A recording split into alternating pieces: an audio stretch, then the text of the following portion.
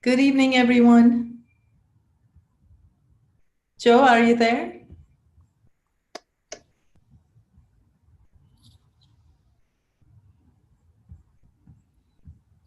think he may have stepped away. I may have stepped away for 1 second. There he is. Hi, everybody. Hi. Good evening, Professor. Hi, Dr. How Said. are you? Excited? Good evening, Professor. Nice to see you all.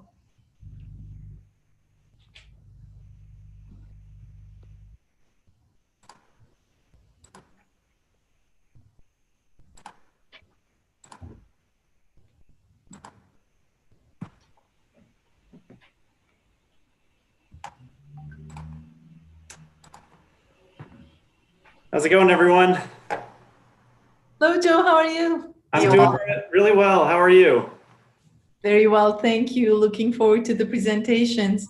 Likewise. Yeah. Thank you so much for joining us. I know that it was somewhat late notice and pulling it all together. So really appreciate great to being able see to. our students delivering the projects. I do apologize for I'll have to go out and come back in. I'll do that very quietly. I'll be in this meeting. I assure you. How have you been, Joe?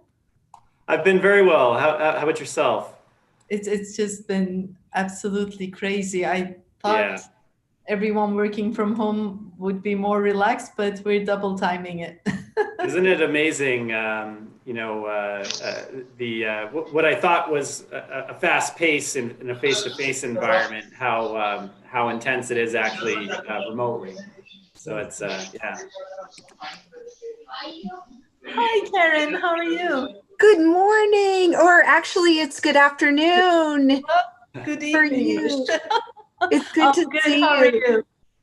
Thank you for agreeing to be on our panel in January. My pleasure. Thank you for the invitation. I look forward to it. How have you been? Very well, although it's very cold here. It's like in the 20s. Oh, it's in the 20s Celsius here.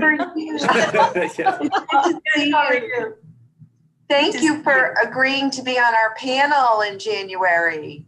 My pleasure. Thank you for the invitation. I look forward to it. Oh, our conversations are. How have you been?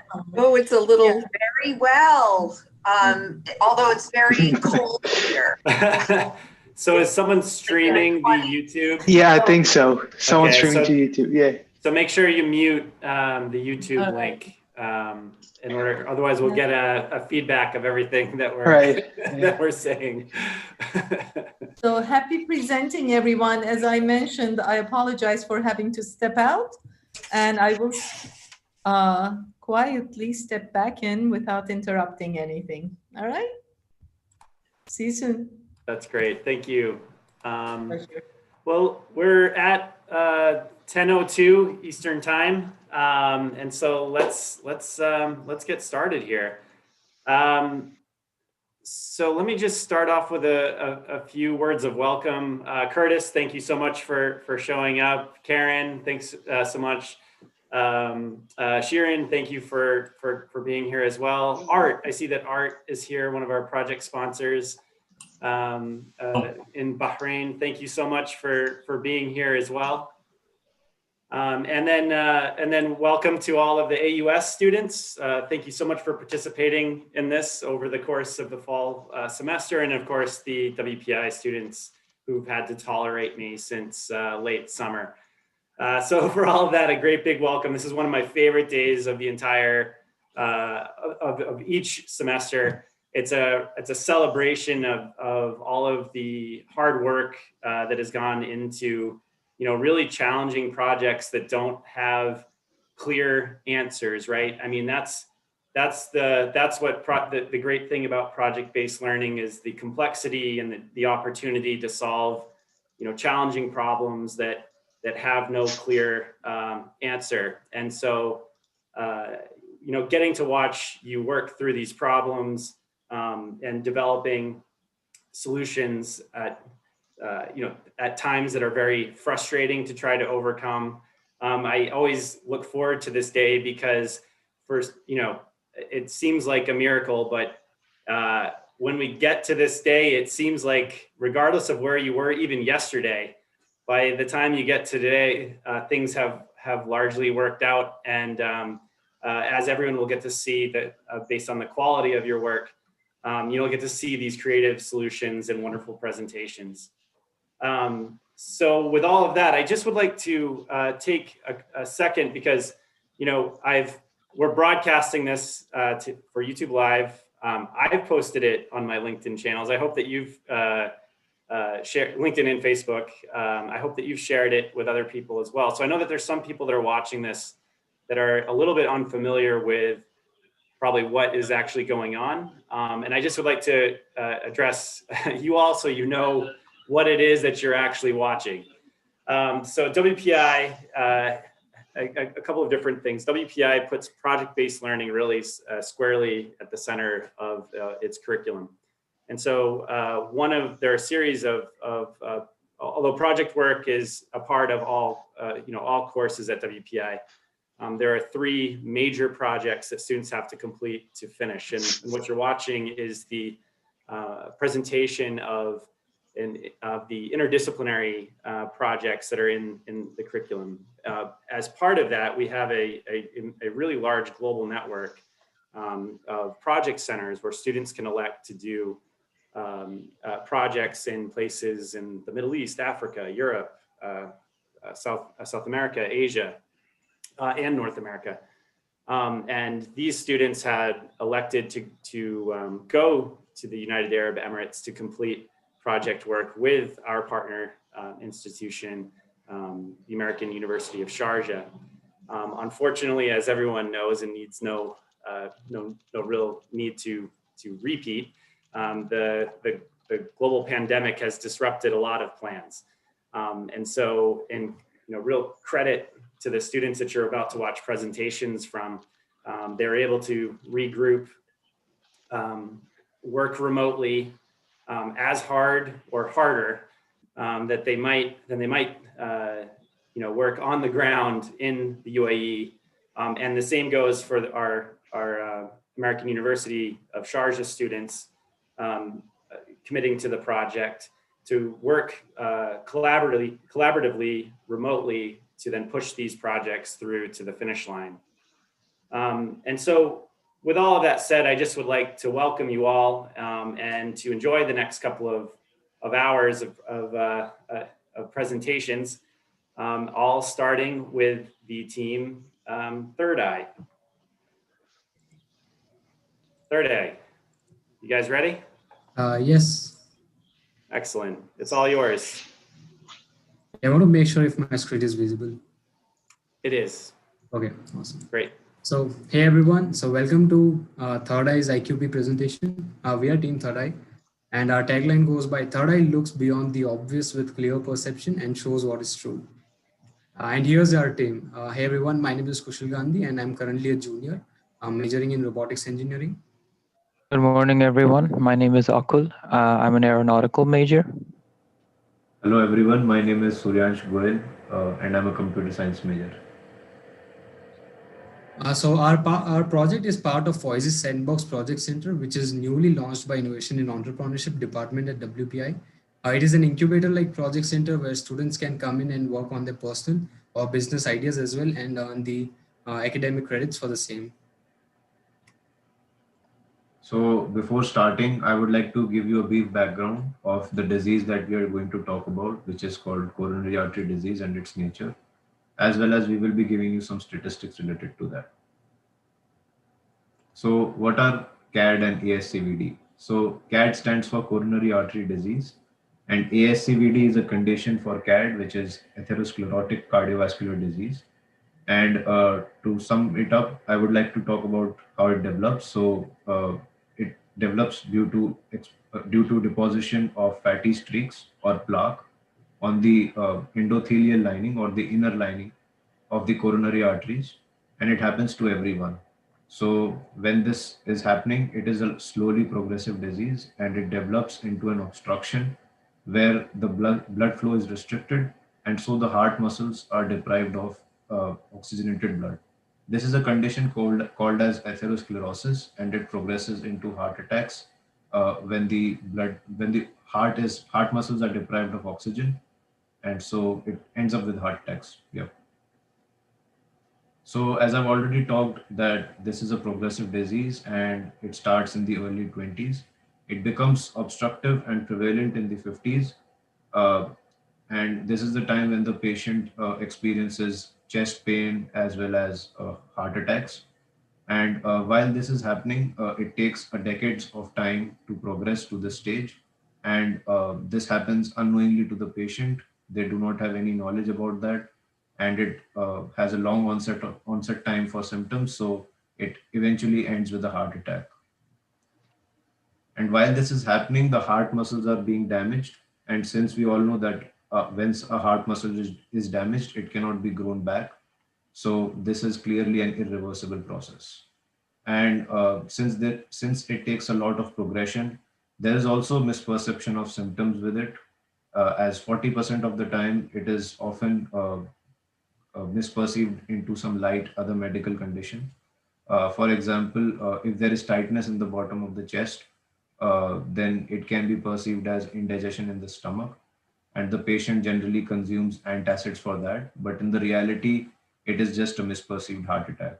And the similar thing, and a similar thing happens when there is tightness in the top of the chest, which is often perceived as pain in the neck or shoulders, and the patient consumes painkillers for that. But again, in the reality, it is just a misperceived heart attack. From our interviews, which we've conducted with medical professionals, we identified a number of long onset diseases such as coronary artery disease, myocardial infarction, SIDS, which stands for sudden infant death syndrome, as well as hypertension. We assessed the impact of these diseases on the basis of factors such as the number of cases in the US, how accessible resources are, the mortality rate, the average cost spent by the medical industry on that disease per year, as well as the future increment rate, the predicted future increment rate. We gave each of these factors a weight and conducted a weighted analysis and made an impact score for each of the diseases. And from this, we judged CAD to be the most impactful. Some CAD specific statistics are that it costs the US medical industry an average of $200 billion. And by 2030, this is expected to rise to $800 billion. Additionally, it is the top killer in the US with an annual caseload of around 600,000 deaths. So this brings up the question, why are we losing so many lives due to CVD? And the answer is simple. It's because people are not dying of other diseases. When cardiovascular diseases are not at the top of the list, other diseases such as pneumonia and tuberculosis have been. But when proper treatment for those diseases was found, their numbers diminished and deaths due to CVD increased again. So this shows that it is an extremely significant thing to be aware of. Now we are going to cover some of the problems that we've identified in the current cardiac health industry and how we are going to address that. So the problems that we've identified are patient-driven system. Uh, it is more treatment-based and less preventive-based. Current risk analysis system. Problem with the frequency of data collection, EMRs, and costs and readmission. So story time. So let's meet a doctor and a patient in the story, and here it goes. So it starts when the patient actually feels something in their body, which is often a heart attack or chest pain, which is known as angina, and the patient approaches the doctor. So the monitoring starts when the patient reports to the doctor, and the doctor basically tells the patient to have a check-in system for a weekly or a bi-weekly period, or it can go to months as well. It depends on the condition of the patient. And during the check-ins, the doctor asks some kind of questions to the patient, such as are they having any chest pain, or do they feel anything abnormal in their body? And so the treatment is solely based on the patient's response, which we all know is subjective, as well as variably reliable, because first of all, the patient is not a trained cardiovascular professional who has no knowledge about the disease, its treatment, as well as its related conducts. And so the patient's response will not be accurate. Also, there is another problem of lack of medical compliance, since they do not understand the severity of the disease. And so this shows that this is clearly a patient-driven system. And coming to that, since a lot of damage has already been done on their body, and the heart muscles cannot be grown back because the change is irreversible, the current system is more treatment based and less prevention based, because the phase for prevention has already been gone away. And so the patients are treated on prescriptions and medicines. And if necessary, they have further interventions and surgeries performed on them. But the thing is, this is only going to delay the time between the condition they are suffering and their death, and this condition only gets worse from here. So this is the basic, this is the flowchart of basic guidelines which every primary care physicians and cardiovascular professional follows. For example, if a patient approaches a doctor with some pain in the chest or a shortness of breath, then the first thing that the doctor will do is they will carry out a risk assessment on the patient. They'll measure various risk factors such as age, gender, blood pressure, and cholesterol level, in order to categorize the patients into different risk categories. For example, if a person from age group 40 to 75 comes to a patient, then doctor will conduct the risk analysis and then categorize the patient into 4 different categories: low risk, borderline, intermediate, and high risk. But again, there are not much preventative actions taken by the doctor here. The only thing that doctor will do is will carry out a risk discussion and start a statin therapy, and not much prevention actions are taken to restrict a patient to move to a higher risk category than the patient is already at. The another major flaw in the industry right now is that the risk analysis system is done through risk calculators by measuring different factors such as age, gender, blood pressure, cholesterol level, if they have diabetes or not, and their smoking habits. But the main problem is that these risk calculators are only 50% accurate, which means that 50% of the time, if patient is categorized as low risk, there's a huge possibility that patient is actually at a higher risk and not receiving the medical treatment and care that the patient should receive.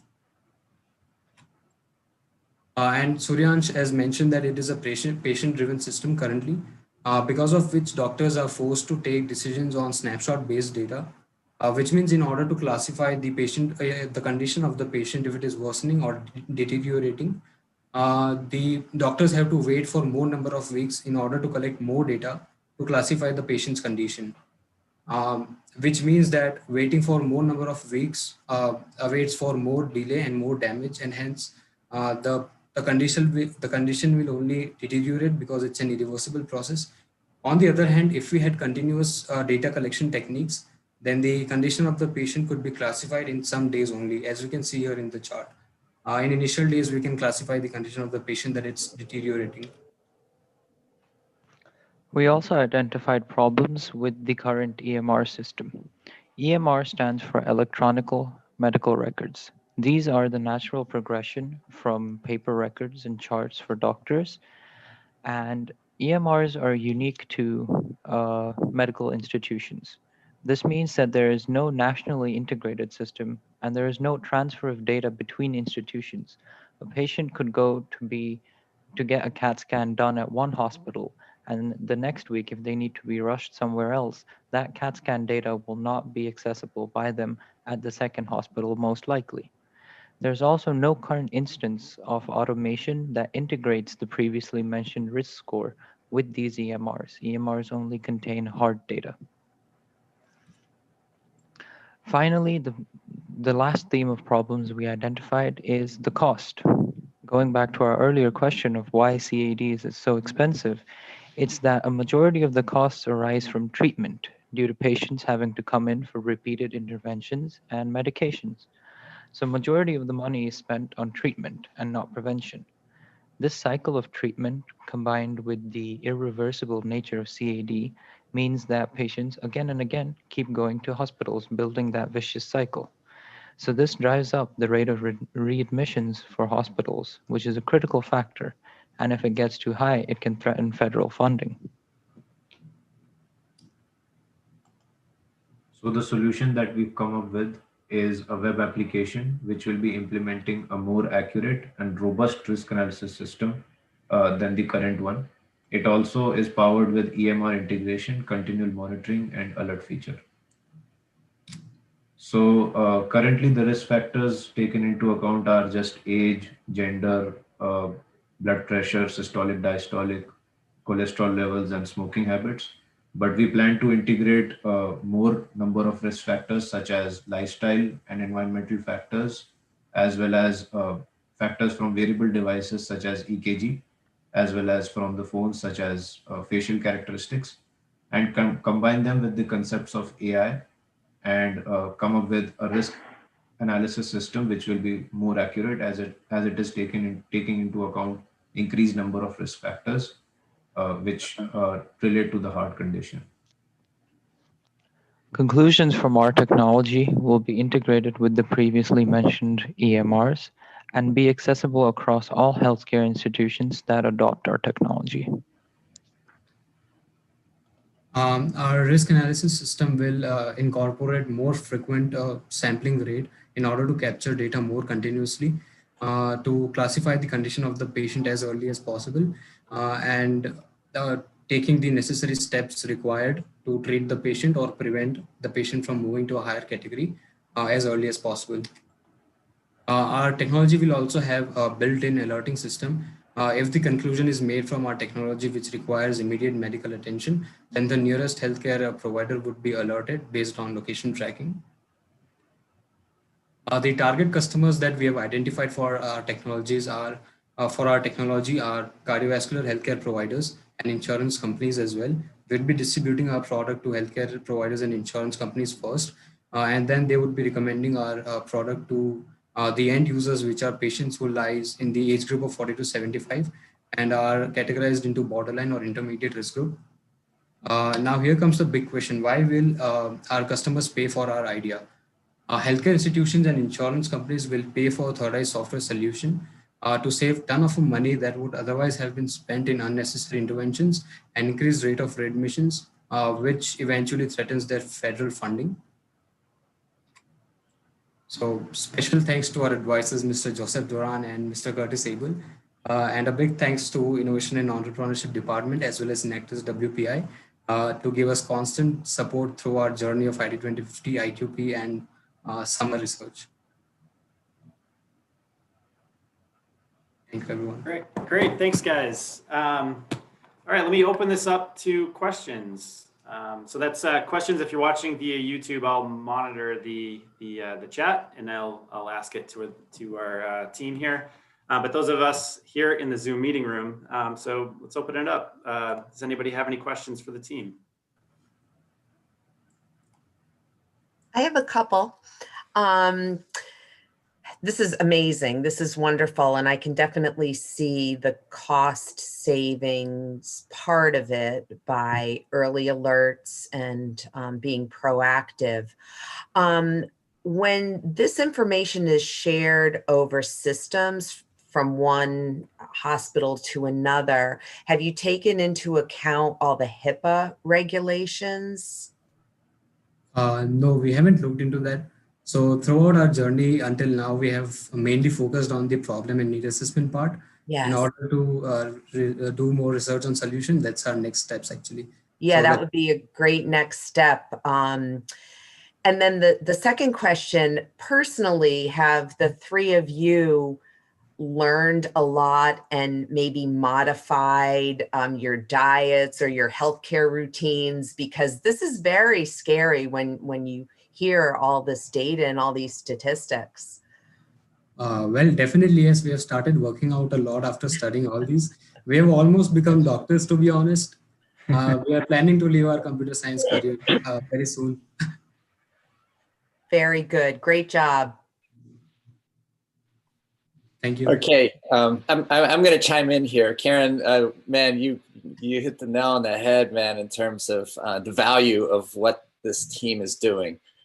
First of all, let me just congratulate the entire team. That you guys crushed it. Identified a really important problem. So from a value perspective, I see there's a ton of opportunity, particularly with kind of where Karen was going with is behavioral change. So you can give a risk factor, but is that really going to drive behavior? And so I think there's a ton of ways to think about what should that measurement be? Should it be percent blockage? Will that drive better behavior than risk factor? And so and we have talked about this before, but it would be great to just comment a little bit in terms of your thoughts about types of interventions. And I think it gets kind of back to Karen's question about has that changed your behavior at all? Yep.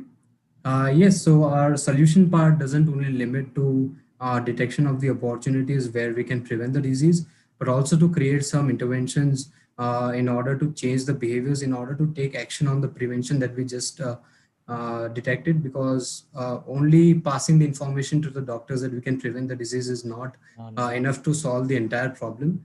But definitely manipulating the thoughts of end users in order to take actions to do something, for example, work out more, start hitting the gym more, change their dietary behaviors. I think that is more necessary in order to solve the entire problem of losing less lives due to this disease. And that definitely opens up scope to more solution and widen our point of view, I guess. And it definitely requires more research on the solution part itself. Thanks, Kushal. That was awesome. Thank you. Are there any other questions for our team before I ask mine?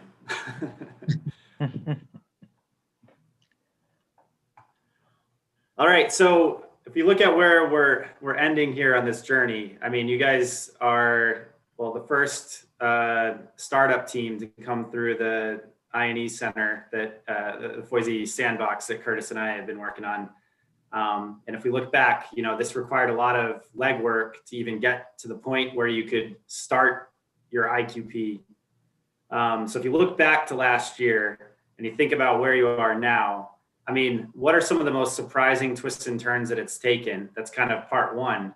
And part two is, are you guys still fired up enough to carry this on beyond, where you're at after all of the tears and yelling? And no, I'm kidding. But I think Kushal can definitely answer the second one, because that's where the team drive comes from. But for the first one, yes, we've had some major iterations. We actually, before this, one of the key ones that we were looking at was 4D flow. That was the biggest change for us. So centering from 4D flow to CAD and risk assessment and prevention, that was a massive change. Yes, so we have gone through a number of pivots to reach to this point. So we were, as Akul said, that we are focusing on 4D flow, which is part of medical imaging. So we wanted to improve the medical imaging. But then again, doing the customer discovery process through iCorp, we done a lot of interviews, and because of which we came to know that the real problem is not within the imaging, but it is not detecting the chances earlier. And that's where the real issue comes in. And also, yes, definitely, we are still fired up to convert this IQP into MQP to actually now start the prototyping, which we have waited long for. So that includes our next step, starting the engineering design process and continue with the customer discovery and validation process. Well, that's awesome, and best of luck, moving forward. Congrats, guys. Excellent job. All right, moving along to the Open Innovation team.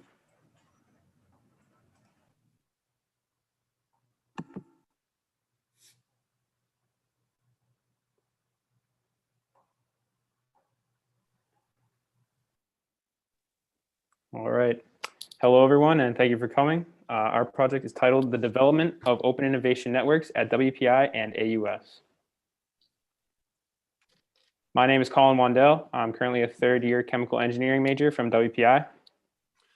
My name is Archie Milligan. I'm currently a third-year robotics engineering major from WPI. My name is Mustafa Shahada, and I'm a third-year mechanical engineering student from WPI. My name is Akchinia Chancho. I'm a second-year computer science student at AUS. And my name is Mohammed Al-Najjar. I'm a third-year industrial engineering student at AUS.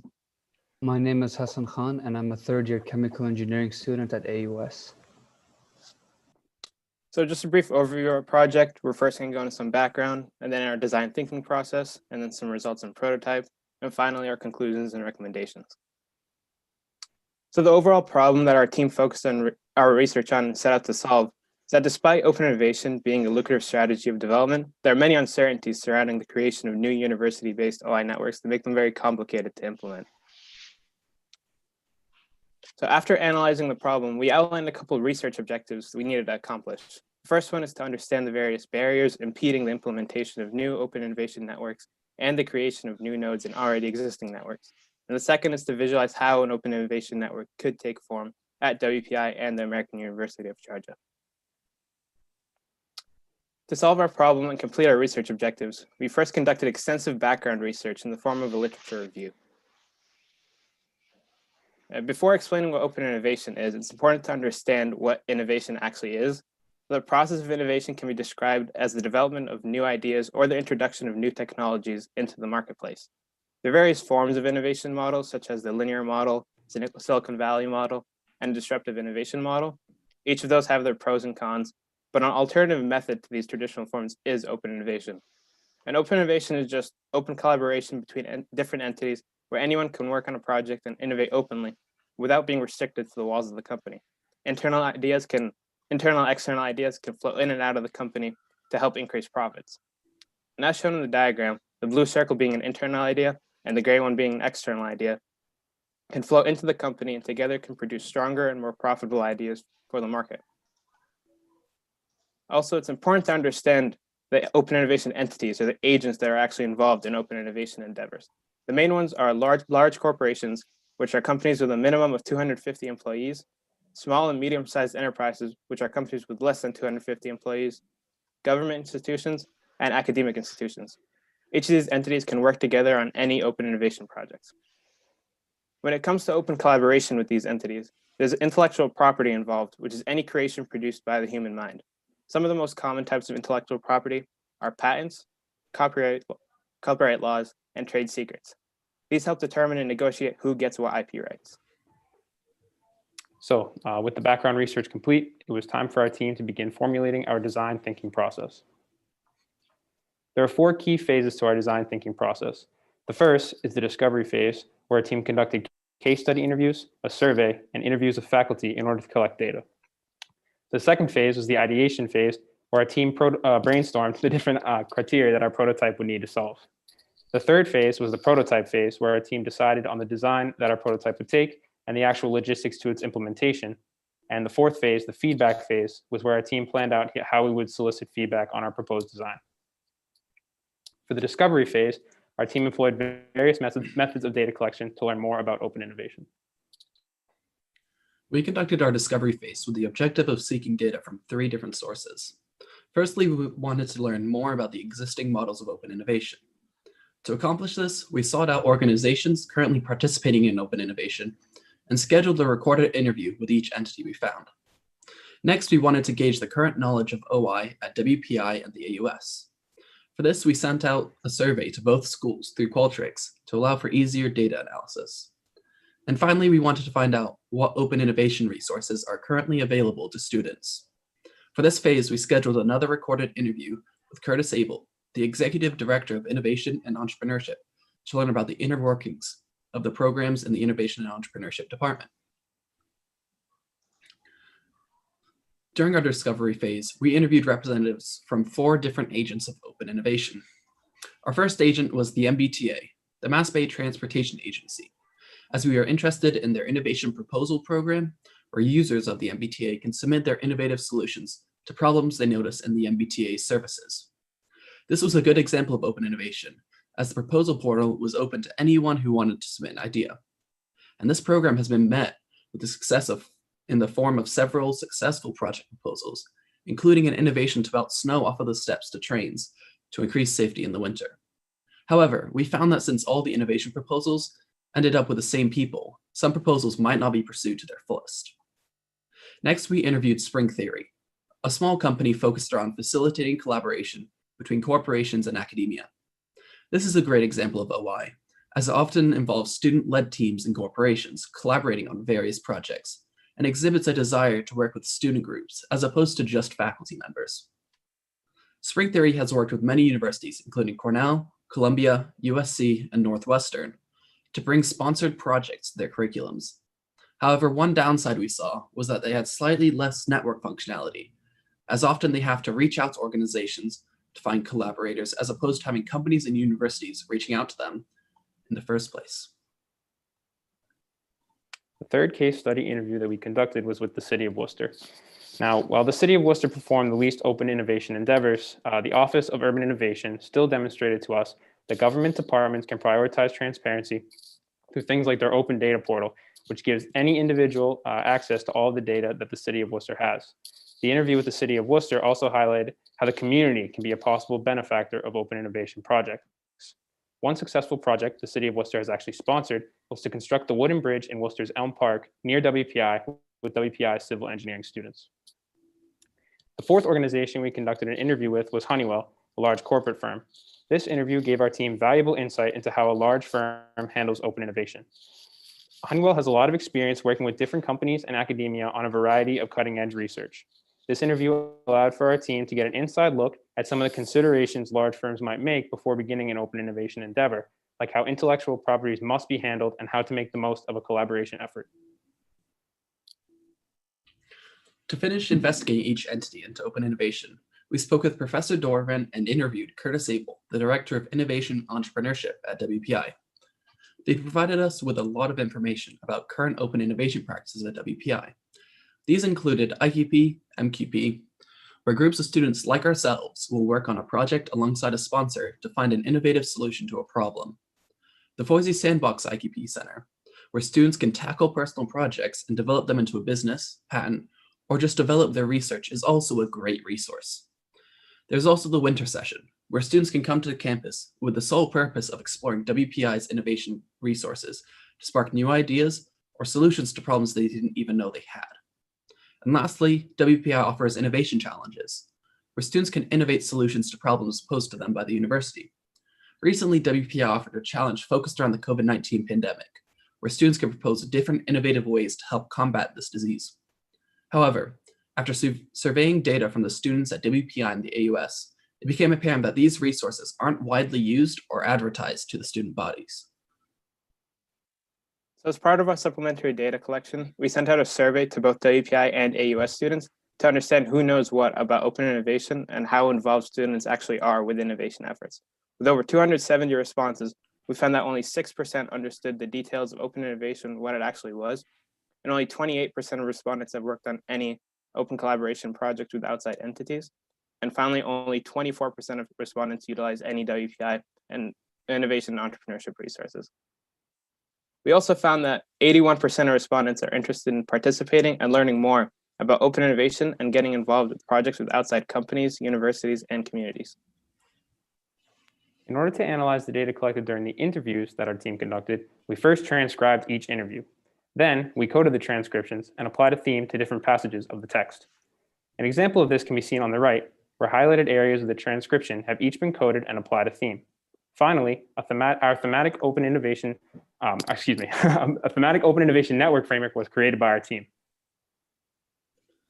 Our thematic theme framework for open innovation networks can be seen in the table below. The four major themes that were present in each of the open innovation models that we examined were communication, intellectual property, project selection, and existing network aspects. With the completion of our discovery phase, our team moved on to the ideation phase of our project. After the ideation phase was complete, our team had brainstormed four main sets of criteria that our prototype needed to solve. The first criteria that needed to be solved was interactive communication, which our team defined as fast response times to project proposals in order to get them off the ground sooner, opposed to letting them sit unbegun for longer periods of time. direct communication between student-led teams or professors and project sponsors would be important for solving this criteria. The next criteria was IP management. Obviously, it will be important for our prototype to allow the individual working on a project to have the necessary resources to manage IP rights in a responsible and professional way.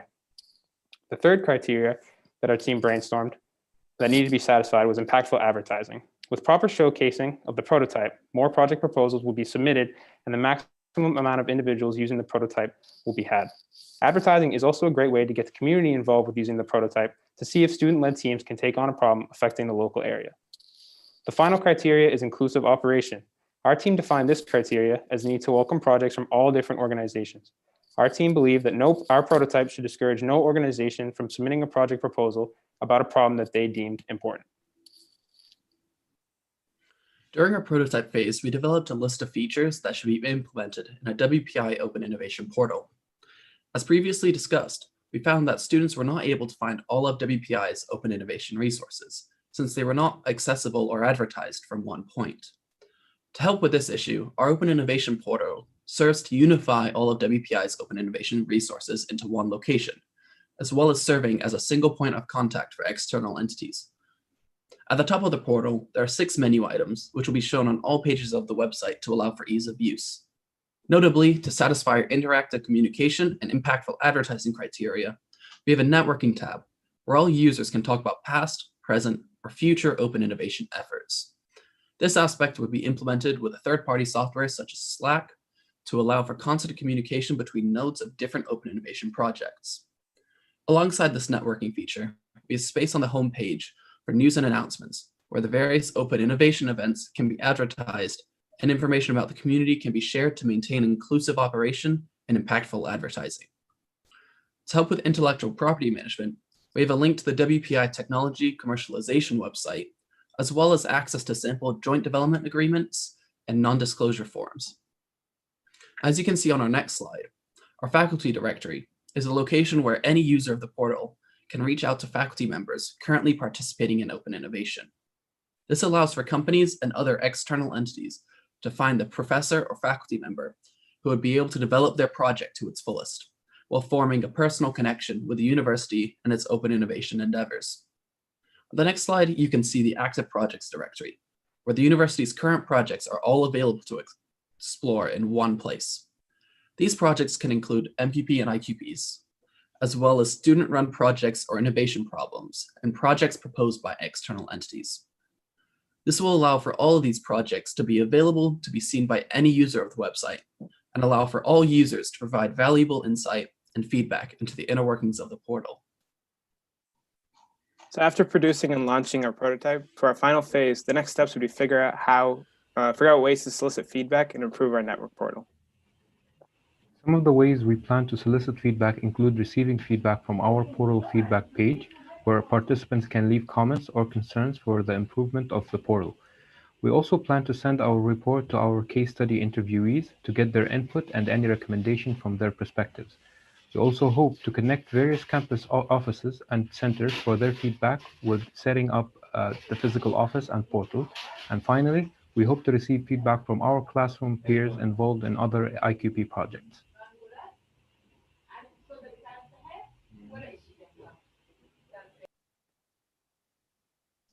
Sorry.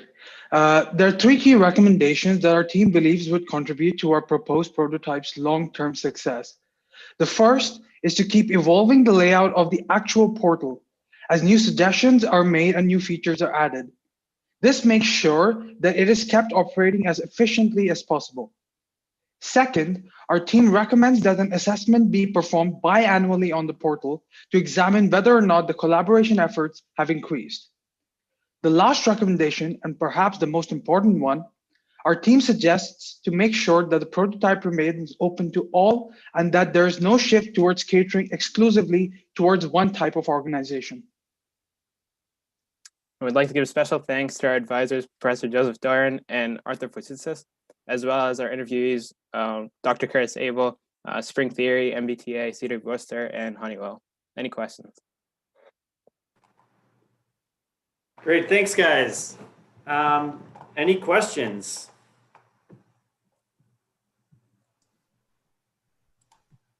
Well, I guess I'll start.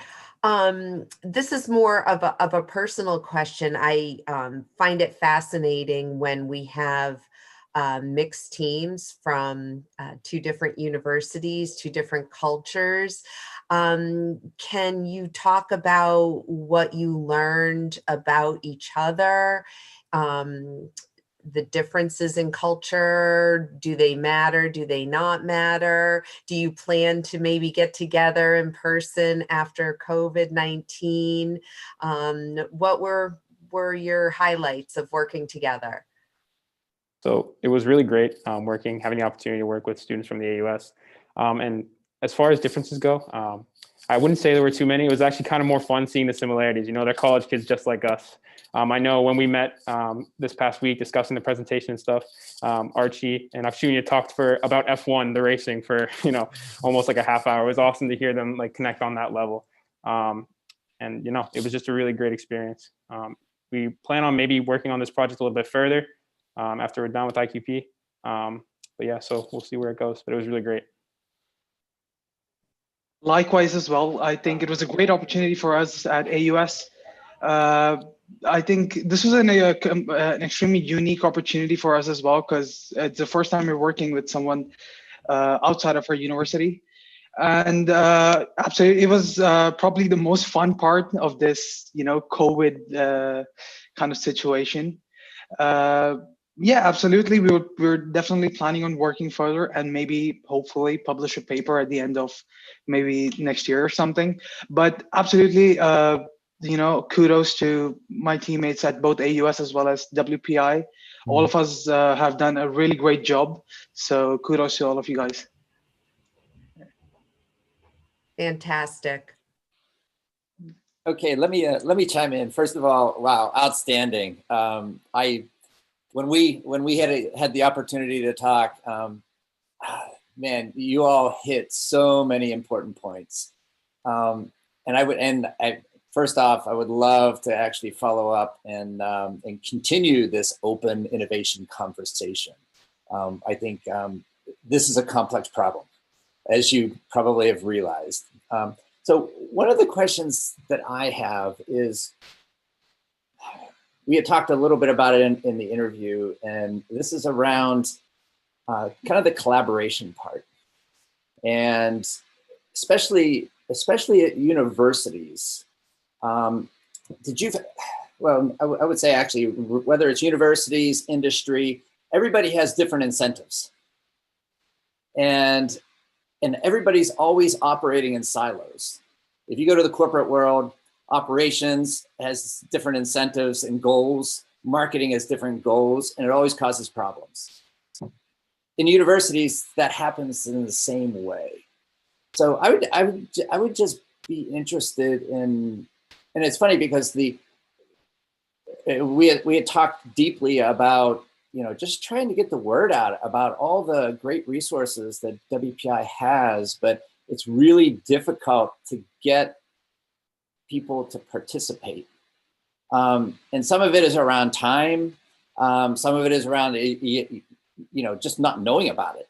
And what were some of your aha moments in terms of how to break down those silos and to encourage and to inspire, and a lot of it is, I think, around building that community. And because there's so many things going on and it's actually pretty complex. And so I would just love to hear just some of your insights, and how does that did you find any differences culturally as well? That I think that's another really important point, because you're dealing with communication styles, and just value systems. I would love to just hear a few comments about that. Yeah, I can speak to that a bit. Part of the idea behind having this portal was that we all know that at AUS and WPI, there are tons of students who have this innovative mindset and want to pursue these endeavors. However, we found that perhaps sending out emails with just bulletins of different events going on perhaps might not be the best way to advertise those to these student bodies. Instead, by having a portal, you advertise with the knowledge that anybody who visits that is actively engaging and wanting to participate in that open innovation. So instead of a random notification popping up in their inbox, they're actively searching for those projects, and then you can advertise those to the students and advertise them in a way where you know that they want to participate in them. So instead of trying to get people to want to, you are appealing to those who already have that innate desire to innovate. And part of the breaking down those silos you talked about was that we found that trying to make this process as efficient and streamlined as possible would help with corporate participation and the ease of use from external entities, because it saves them resources from having to track down who to find to talk to and start working on these projects. And by having a more streamlined process, they can say, I want to do this project in collaboration with some students, get a new perspective on this issue, and go on the website, propose that project, and have a more immediate result instead of waiting around. And we can more streamline that timeline to help with resource management. Right. If I may jump in, so I would like to just bring up one of the points that we had in our conversations with our sponsor Art. He brought up a great point when we were talking about bringing up incentives for both parties involved. So as he said that, when they're working in corporate and they're trying to attack like a very specific problem, most of the times in corporate, you don't have something known as brain power. Basically, you don't have anybody who specializes in that one specific kind of area. And so how do you combat this? So basically, you can find a specialist in that field at a university. Maybe a professor is working in a very niche part of research, which might be applicable to their problem. And you go up to them and you say that we'll fund your project. So it works both ways. The corporate company, they get the incentive, as in they get an intellectual property in one sense of the word, that they get access to this new research, this new technology, which they can implement to further bring up their profits. And for the professor or for the researchers, it's also great incentives that they don't have to then go ahead and look out for research grants, as there, you have somebody as a big corporate sponsor who's willing to back you up on your research. So it works both ways. So it's like a win-win situation for both parties involved. Thanks, guys. I'm looking forward to following up. Great job.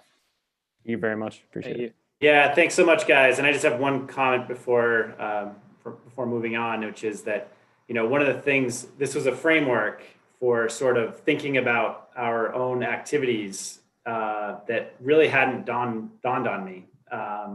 And one of the insights that I had from your project only happened about 2 weeks, a week and a half, 2 weeks ago, in conversation with you, that in fact, it's a pretty interesting framework for us to sort of approach some of our I&E activities. And I know Curtis and I have had discussions about it as well.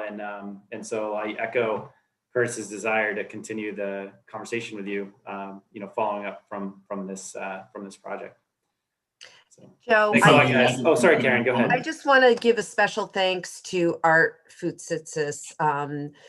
Joe and I have been talking with Art for a while. He's a very dedicated alum of WPI's. And Art, thank you for taking the time. We really, really appreciate your help. Thank you. And it was a really great experience for me to work with this team. I really enjoyed working with all of them. They're very bright people, and they got very enthusiastic about the topic itself. I could see that they really dug deep and they found a lot of interesting ideas. And I must say, I was very impressed by the presentation, and especially by this network portal that you're talking about. I think it's a great idea. The only thing that I would like to highlight again here is secrecy is a very big thing when it comes to innovation. So there has to be some kind of a system to protect ideas and protect the inventor, basically. Otherwise, people will be very hesitant to share ideas. So that's my final comment. And thanks to all of you. I mean, I really enjoyed working with you, and I think best success in the future. Thank you very much. Yep. Thank you. Thanks so much, Art. Thanks, Art. Yep. All right. Great. Well, thanks, guys. And now let's move on to the fire protection team.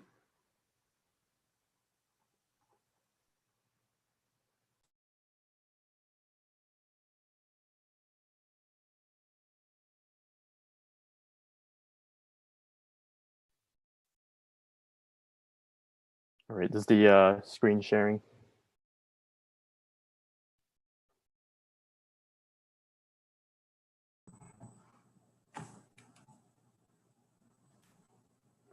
All right, so we're the team that was working with our sponsor Jensen Hughes on high-rise facade fire safety. Hi everyone, my name is Will Christ. I'm a third-year civil engineering student. I'm Sam Prizzuti, and I'm a third-year chemical engineering student. And I'm Joey Yip, and I'm a third-year civil engineering student. So here are the presentation contents that we're going to bring you through today. So what is the problem? Aluminum composite panels, abbreviated as ACP, are cladding that is used on high-rise buildings. Cladding refers to the component of a building that is on the exterior and does not provide any structural value, but also provides protection against the elements. One of the drawbacks of using ACP is that it is highly flammable, and this is particularly a problem in high-rise buildings because the amount of time that it takes to evacuate a building, but also the difficulty in firefighting hundreds of feet above the ground.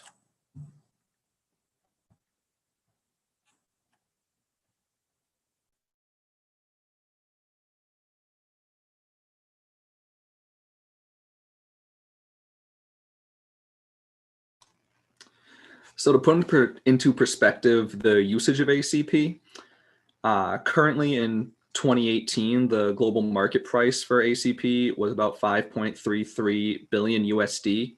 And from then it was projected to grow 63% by 2026 to 8.71 billion USD. And also in Australia alone, there are over 3,000 buildings that use ACP as building cladding. And the density of that is pretty similar in many major cities.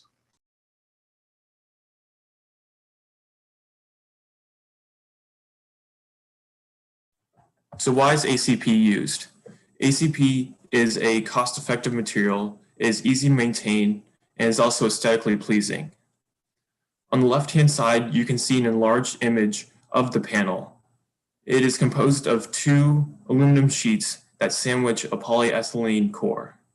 That polyethylene core is why aluminum composite panels are so flammable, and they are especially flammable if that polyethylene core is low density.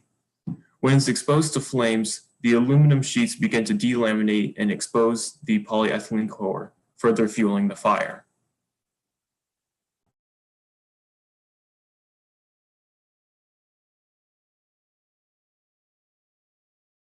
So here in this project, we had to take a very large goal problem and condense it into two key objectives. The first being taking the project and defining the risks and benefits associated with ACP and compare it to other materials that might be used in the industry. And second, to discuss the social implications related to high-rise fires.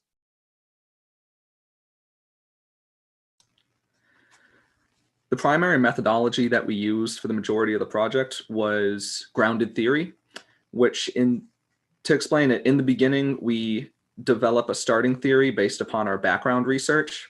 And from there, we go into theoretical sampling and pick certain people to interview. And from there, we collect our data. In this case, it was in the form of interviews, and code that data to develop a new theory. From that new theory, we decide a new set of questions and who to interview next. And the cycle continues until we have a defined grounded theory.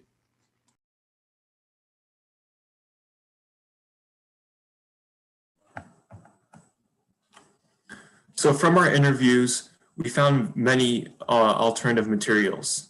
Those include solid aluminum sheets, glass, exterior insulating and finishing system, abbreviated as EIFS, and also alternative cores used for ACP, including mineral core and aluminum honeycomb core.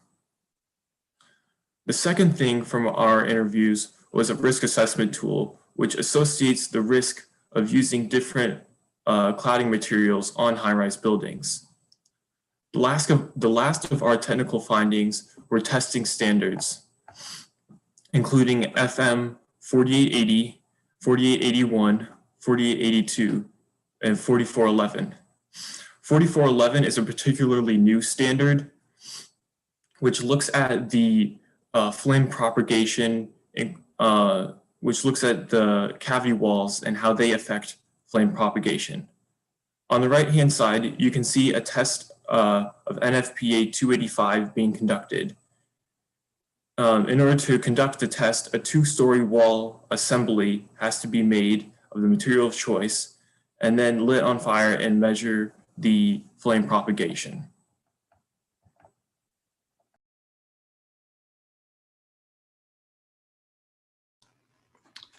For some of our interviews, we had the opportunity to meet with people who are involved in high-rise fires that use ACP. And some of the findings that we got from those were they discussed property damage. And one of the major things that stood out to us was the fact that most of the apartments in some of the buildings that were affected by the fire had massive property damage and massive losses.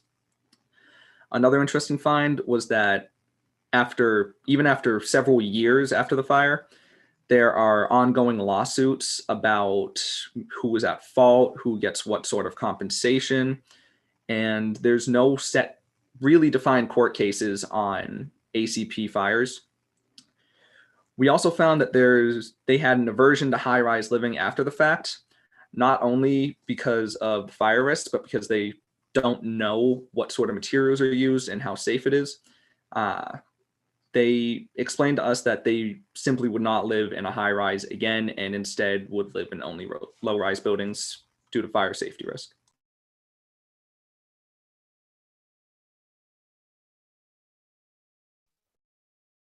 So continuing with the social findings, so the code portrayal, members of the general public along with owners of buildings and developers tend to see fire codes or codes in general as a hindrance that incurs extra costs to go with compliance. So also simply checking off boxes on a list just to meet standards is also very dangerous. In one of the interviews that we had, there's actually an anecdote of a professor that would assign a project to students often, and it would be to create a code compliant building that was actually extremely dangerous. And also following with the codes as well, there's always going to be a person who is willing to take a chance and, for example, grilling or smoking, and they'll have the mindset of just this one time, and unfortunately cause a dangerous situation for other people. So there should also be a focus on predictions. There is a current lack of consideration or forward thinking regarding potential fire scenarios or usages of buildings and materials that may lead to fires in the future. Buildings and safety systems need to be properly maintained in order for maximum safety. So going through and following through with preventative maintenance is also very important. And there's currently also a lack of traceability and transparency involved with building materials. So from when it leaves the factory and arrives at the laydown area at the construction site, there's a potential for documentation or labeling to be inaccurate or wrong, leaving the possibility for unequal substitutions to be made. People don't know what products are being installed in actuality on the site. And there's no real way of verifying material or identifying for retroactive testing in the future.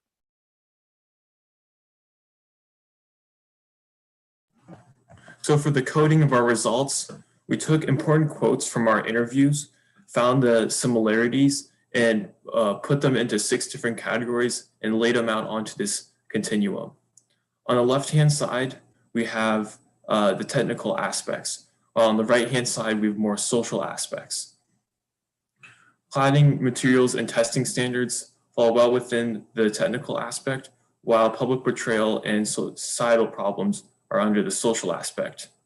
In the middle, there are fire scenarios and fire safety, which are a combination of both technical and social problems.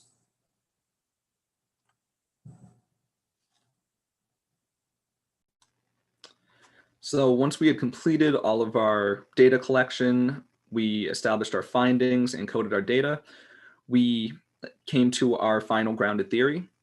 Then following, we have the main 4 points. The first one being all materials must work together in unison, meaning that all the materials have to work together to ensure fire safety.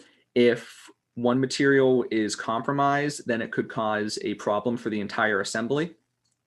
Second one is code, standards, and testing procedures must be reliable and thorough. These standards and procedures must come from reliable sources and be thorough enough to establish secure fire safety for use in high rises. Next are the codes and standards, which must be fully understood by the engineers and designers. Once the engineers and designers fully understand these fire safety codes, they are able to connect them in ways and allow for adequate fire safety. As Joe previously mentioned, it is possible to create buildings that follow all fire codes and standards, but still have them be immensely dangerous.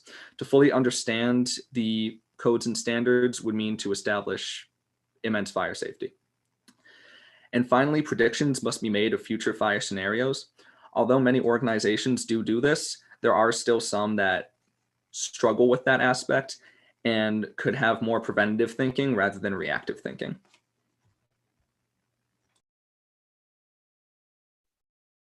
So we've come to these main conclusions. Engineers and designers need to focus on why the fire safety codes and standards are there and really understand the role of code compliance as a key element in the utmost responsibility of holding paramount public safety, as well as following the standard of using the does it make sense kind of judgment and exercising judgment during engineering decisions and not being afraid to call out concerning information or areas as it arises. The low density polyethylene is one of the particularly dangerous varieties of ACP, which like other materials can be used improperly, leading to disaster. And throughout the world, there are large variants in fire codes. So they vary from city to city, state to state, country to country. So there's a lot of wiggle room there. And yeah.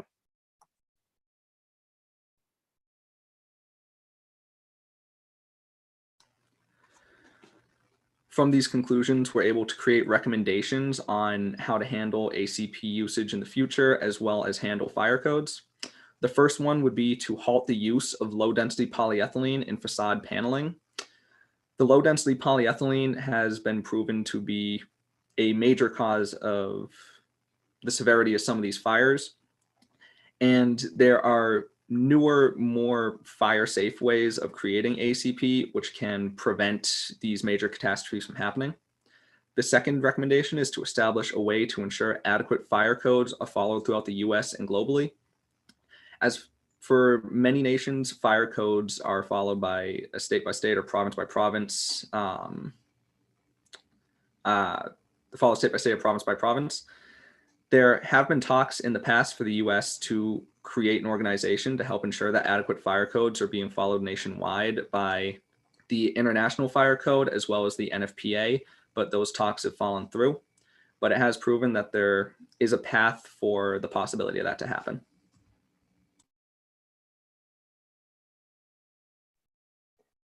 So continuing with the recommendations, in order to remove the room for inadequate material use or substitutions, materials must be better managed and labeled for tracking and record keeping throughout the supply chain and installation process. This leaves potential area for emerging technologies such as building information modeling that come tie in with this kind of information. And as well as there should be encouragement for excellence and innovation in the field of installing and speccing ACP to lead to improved safety of occupants, people during the process, and the end users of the project.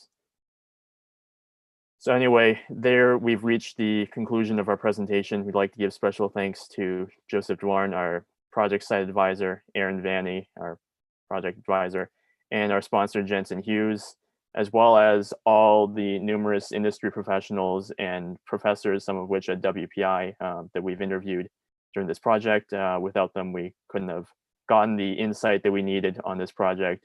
And they really did a good job explaining to us the whole importance of excellence in engineering and holding paramount public safety. So there you have it. Thank you. All right, thanks guys. I'm going to open this up to questions. Anybody have any questions for the fire team? Okay, I'll do it again.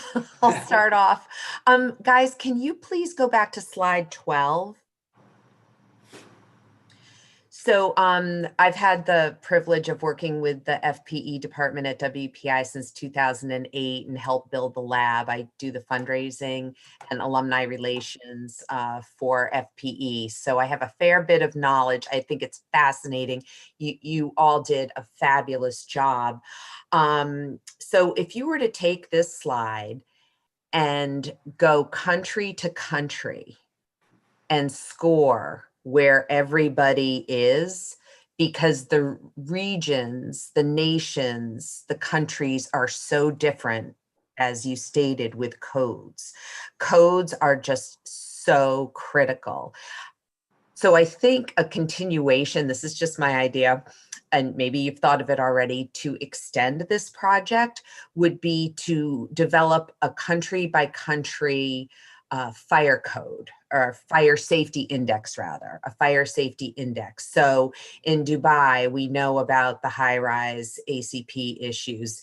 In England, there was I think it was called Grenfell fire. Grenfell, yep. Yeah. Grenfell, yes. And then in China, they have all kinds of fire issues, the big explosion in Tianjin. In India, the shanties, they're so close together. So just to go country by country and see where all of these factors come into play to develop a fire safety index, I think would be absolutely fascinating.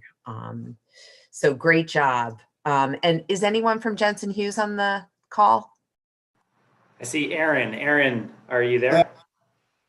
Aaron, thank you Good morning, good evening, wherever you are. Hi, Aaron. Thank you. We so appreciate this. Jensen Hughes has been a huge supporter of WPI's FPE program for many, many years. And what you're doing in the Middle East is absolutely fascinating. So thank you.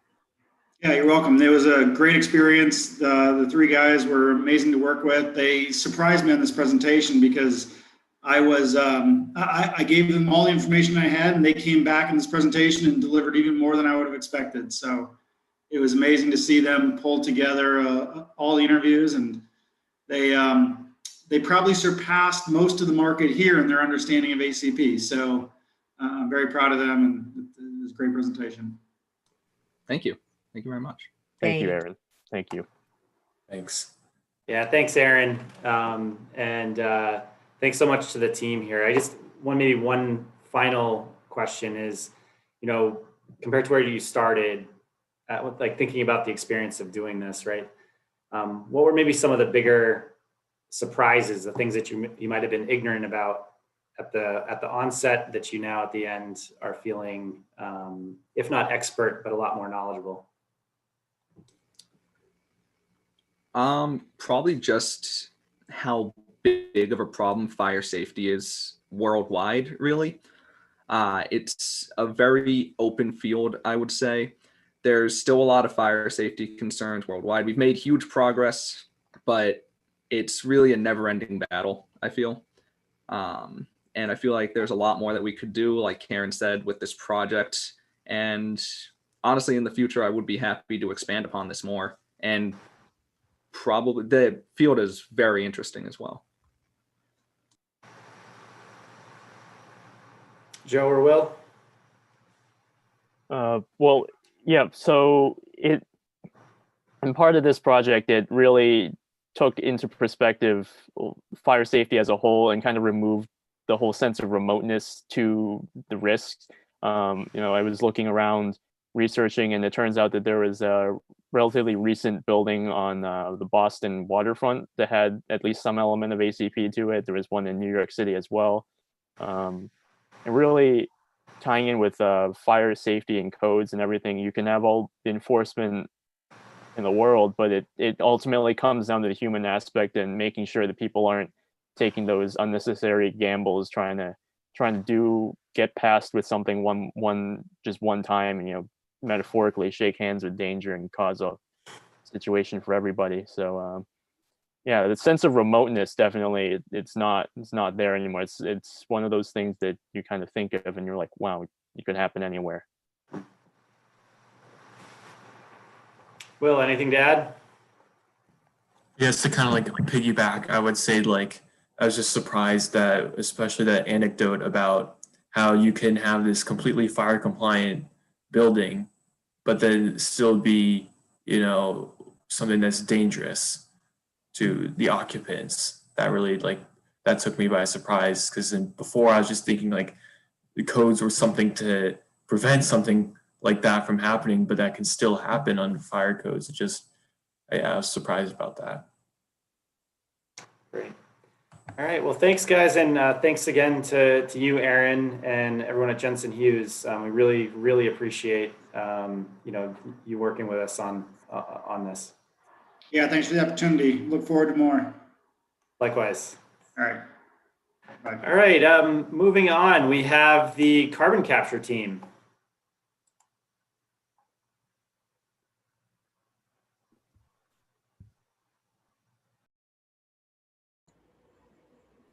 Ready, guys? Yep. Alrighty. And the screen is being shared? Okay. Well, then I'll get started. Hello, we are the WPI Carbon Capture and Sequestration team. Our project focuses on CCS and its viability in the UAE compared to other forms of renewable energy. Starting with our project introduction, we began with some background research. We wanted to understand the main causes and effects of climate change, the main innovations and current state of renewable energy, as well as understand the fundamentals behind carbon capture and sequestration technology. We also wanted to be able to connect this information back to the United Arab Emirates. After that was our methodology, which involved academic research, interviews with industry experts, as well as in-depth data analysis. This analysis led us to our discussion and our findings, which centered around 5 main themes and major takeaways. And these themes and takeaways led us to our conclusion. Beginning with who we are, my name is Patrick Eaton. I'm a 3rd-year computer science major at WPI. My name is Pedro Cintrón. I am a 3rd-year chemical engineering student. My name is Bryce McHugh. I am a 3rd-year electrical engineering student. Other members of our team include Artemis Mahmoudzadeh, Nasser Rizk, and Suad Elmi from the American University Sharjah. Our supporting cast includes our sponsor, Arthur Fitsitsis, who is an alumni of WPI and is an employee of Honeywell currently based in Bahrain. And our sponsor is Joseph Dyron, professor at WPI. Now coming to the main issue that we are trying to address. Climate change is an existential issue that affects every human being on the planet. Fossil fuel use is rising and we need to limit our emissions. With the rising use of fossil fuels is the rising emission of various pollutants that poses an existential threat to all of humankind. Our background research sought to understand the fundamentals behind CCS. We first wanted to understand the core concepts behind CCS technology. Pictured here is the Sask Power Boundary Dam in Canada, a coal plant that utilizes CCS technology. One of only 2 industrial CCS plants in the world, we looked at it as part of our research to understand CCS technology as a whole. Where renewable energy focuses on changing the source of our electricity, CCS targets the emissions themselves. This process has three main factors: capture, storage, and utilization. Beginning with capture, there are three main forms to do this. Pre-combustion involves removing carbon from a fuel source before it is burned. While this sounds nice in theory, it's extremely energy intensive and has only been successfully performed in labs. Post-combustion is the most viable of the three, and it is what is in use in the Sask-Power Boundary Dam. This involves removing carbon dioxide and other pollutants from exhaust flue gas using either a chemical solvent or a physical permeable membrane. And finally, there's oxy-fuel combustion, which involves burning the fuel in a pure oxygen environment before performing post-combustion carbon capture. The burning in an oxygen-rich environment promotes a cleaner combustion process and reduces the number of pollutants that need to be removed in the capture process. Now, once carbon has been captured, there's the question of what to do with it.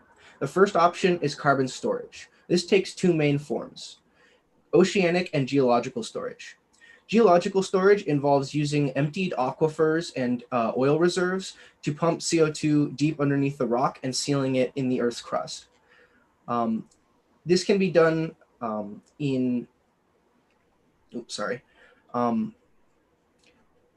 this cannot be done with pressurized CO2 because CO2 under pressure would want to escape back into the atmosphere, posing great issues to the environment. So there is a limited amount of space that we can use. Oceanic storage is similar to geological storage, but involves pumping CO2 deep beneath the seabed. And because of the challenges posed by the ocean, there are a number of issues with this process as well. Another form of dealing with carbon is carbon utilization. There are a number of technologies that are coming to surface recently, and there are two main factors that we looked at to identify the viability of carbon utilization technologies. The first of which is that it must be permanent, not releasing CO2 back into the atmosphere, and the second is that it must be sustainable. The process cannot be so energy intensive that it involves burning fossil fuels to make the capture and utilization possible. One of the technologies that we looked at is that carbon dioxide can be converted back into a form of burnable fuel, but the burning of this fuel would then release the carbon again into the atmosphere, which negates the purpose. Enhanced oil recovery is another form of carbon utilization, which couples utilization with geological storage, pumping CO2 into a mostly empty oil reserve to extract the remaining oil that still exists in cracks and crevices. While this is a nice form of getting your money's worth for geological storage, it further encourages the burning of fossil fuels, which further perpetuates the issue of climate change. Finally, there is a method of converting CO2 into a form of plastic. And while this is both permanent and sustainable, it is on such a small scale that by itself it would not have a major impact. Finally, we wanted to look at how this applies to the United Arab Emirates and compare it to their current carbon reduction goals. And in this research, we also discovered that the UAE resides in what is called the solar belt, which is a region of around the Earth's equator, which has the most consistent and highest year-round exposure to solar energy. Up next, Pedro will discuss our plan. So our methodology is known as our plan, and it was focused on developing how we are going to conduct research, who is our audience for this research, and what are we focusing on for these interviews.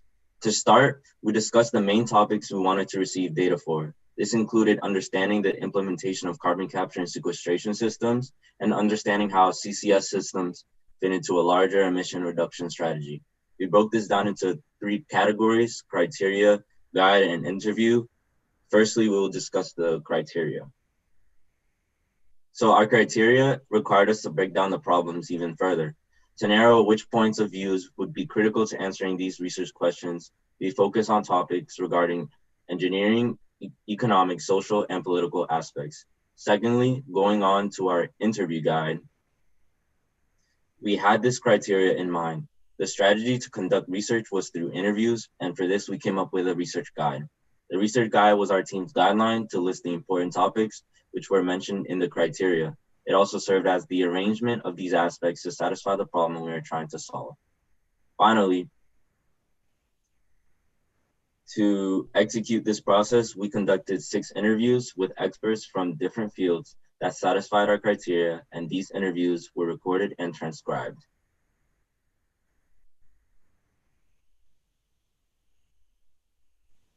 After describing our plan, here is what we found. This chapter can be described with 2 questions. What were our research results, and what do these results represent? Our data analysis is able to go into more detail on how we collect this data. So our method to extract data from the interviews was, once they were transcribed, we used an annotating software in Vivo. This software was very useful for when our team was gathering themes that supported different ideas in interviews. We also used Google Docs when we encountered technical difficulties within Vivo. Our next focus was thinking about, how do we find this data? This question is important for our data analysis, and this thinking was a guide for us to gather themes as codes. These codes were important for our understanding how CCS and renewables play a role in stopping the global problem of climate change. The codes will also be described further in the framework. All right, so moving into the framework, after we gathered all of our information together, we took that data and built an explanatory framework around it. So our framework can be broken down into 3 separate parts: social and political, technical, and contextual factors. So each one of these parts is supported by a group of themes that were common throughout each of the transcripts. So going into social and political, it was supported by awareness, adaptation, and government support. So we coded anything as awareness, talking about raising awareness about climate change, raising awareness about these technologies, renewables, and carbon capture and sequestration. We coded anything as adaptation, talking about how we can change our lifestyle, how we can change our, how we can change business system and other systems around reducing our carbon emissions. So moving into government support. So government support was, we coded any text talking about the regulatory environment necessary for carbon capture and sequestration and renewable energies. We coded anything talking about subsidies to make these technologies more profitable and more appealing to businesses wanting to use them. Excuse me. Moving into the technical aspect of the framework. So this part of the framework describes how actually these systems would work mechanically.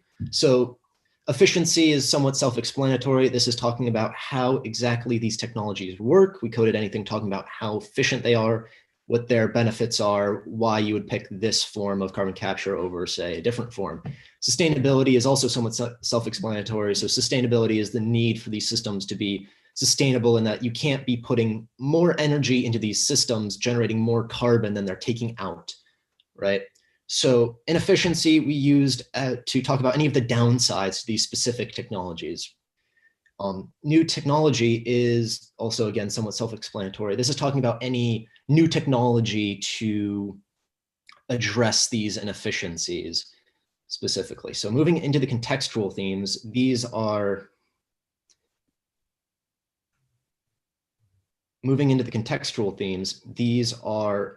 global themes that affect the entirety of the implementation of carbon capture and sequestration.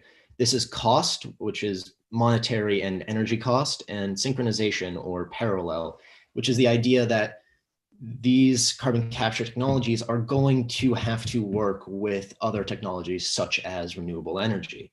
So moving into our discussion chapter, what exactly does this framework mean? Well, it means a couple things. So starting with the social and political aspect of our framework, this means that for these technologies to be viable, it's going to require a certain amount of government support. This will require either a regulatory environment or subsidies that make businesses actually want to invest in these technologies over, say, fossil fuels. It also means, to a certain extent, raising awareness about climate change and the environmental effect of both how businesses function and our lifestyles. Now, moving into the technical side of what this means for what our framework means for the technical aspect of carbon capture and sequestration, this is where things start to fall apart for carbon capture and sequestration, is that, for one thing, in its current state, it's not really viable. There's a lot of inefficiencies with the current technology that need new technology that's currently being researched to make it really in any way market viable. There's only about probably 2 actual sites that use carbon capture and sequestration in the world, compared to numerous that use renewable energy. And it's not like the carbon capture and sequestration technology is new. We've known about at least the scrubbing, right? Post-combustion scrubbing for decades at this point. Another thing that you have to take into account with the technical side is that you have to have a site available to store the carbon. And this becomes a major problem in that you have to have specific geological conditions. You also have to, if you're using the geological storage, you have to have ocean access if you're doing oceanic storage.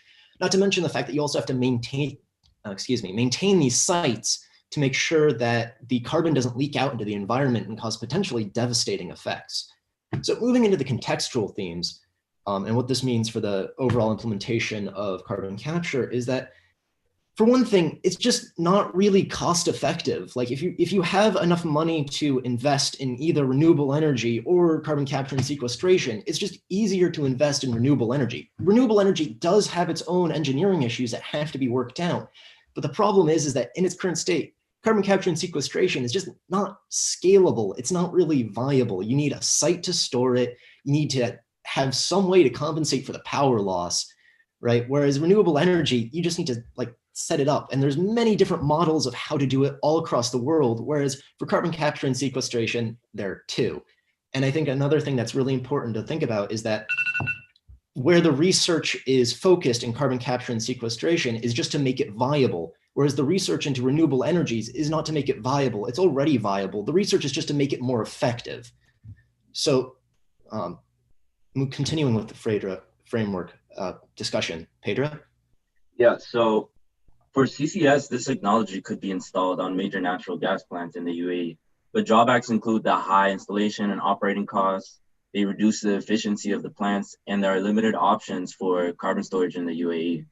Moving on to renewables and solar, there has been a discovery in potential drawbacks that solar power has, especially in the UAE desert environment. These drawbacks can be mitigated since the UAE exists along the solar belt, a region along the Earth's equator that has the highest year-round exposure to solar energy. The geological benefits of the UAE include that it has lots of undeveloped desert land, which is cheap. Searching further for ways to overcome the drawbacks with installing solar panels can lead to development in more renewable energy sources. The UAE is also adjacent to the Persian Gulf, giving them access to the potential for consistent offshore wind production. When compared to renewables, the issues that arise are offset because, as explained in what the framework means, renewable energy is more cost efficient, more mature technology, and already proven at scale. CCS doesn't seem like the most valuable option for the UAE for these reasons. For future plans and policy, we understand that CCS may still have a place in the short term. We suggest a strong focus on renewable infrastructure development to push the nation's energy sector forward. CCS can work in conjunction, but not as the main solution. This technology can be installed on peaker plants, which would only turn on when renewables are unable to meet demand. A peaker plant functions as a substitute for power when renewables like wind turbines receive low wind and when solar panels don't receive the desired sunlight to generate power. Finally, the government should create subsidies for businesses for the use of renewables with CCS, garner support for the investments of these technologies from companies and communities to help further the process of cutting emissions.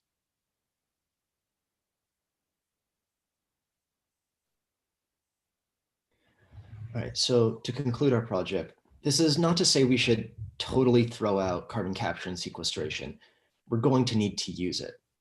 Right? Climate change is an existential problem, and we're going to have to do everything we can to stop it. However, in its current state, carbon capture and sequestration is ill-equipped for large-scale use. If you can switch to renewables, you should. Anything after should have some form of carbon capture and sequestration attached. We would like to give special thanks to our advisor, Professor Dorian, our sponsor, Mr. Fuzitsis, and the AUS students, Artmiz, Nasser, and Suad. Thank you guys so much. Without your help and hard work, this project would not be possible. Thank you. Are there any questions? That's great. Let's open it up to questions.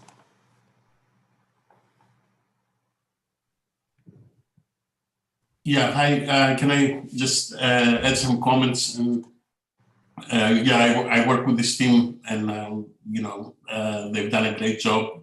And I think the the point of the project was like because we all know about the climate change. We hear it on the TV all the time, and it's a very well-known problem. But the devil is in the details, right? And looking into the individual, the material balance, let's say, of carbon dioxide and how that accumulates in the atmosphere, I think it's a very important concept to understand. And I believe that this team has done a great job analyzing the problem and getting sensitized to the details. Yeah, I agree with the conclusions. Basically, CCS, carbon capture and storage, needs to be a temporary solution because from the current time until we are completely on a renewable energy, there is going to be a gap, and during that gap, we cannot keep pumping CO2 in the atmosphere. So we need to have like a methodology to remove it, right? And that's what this project was about, to try to see what kind of technologies exist out there that can remove carbon. It's not a long-term solution, but it's something that needs to be done. And I think there is a lot of complexity in the technology.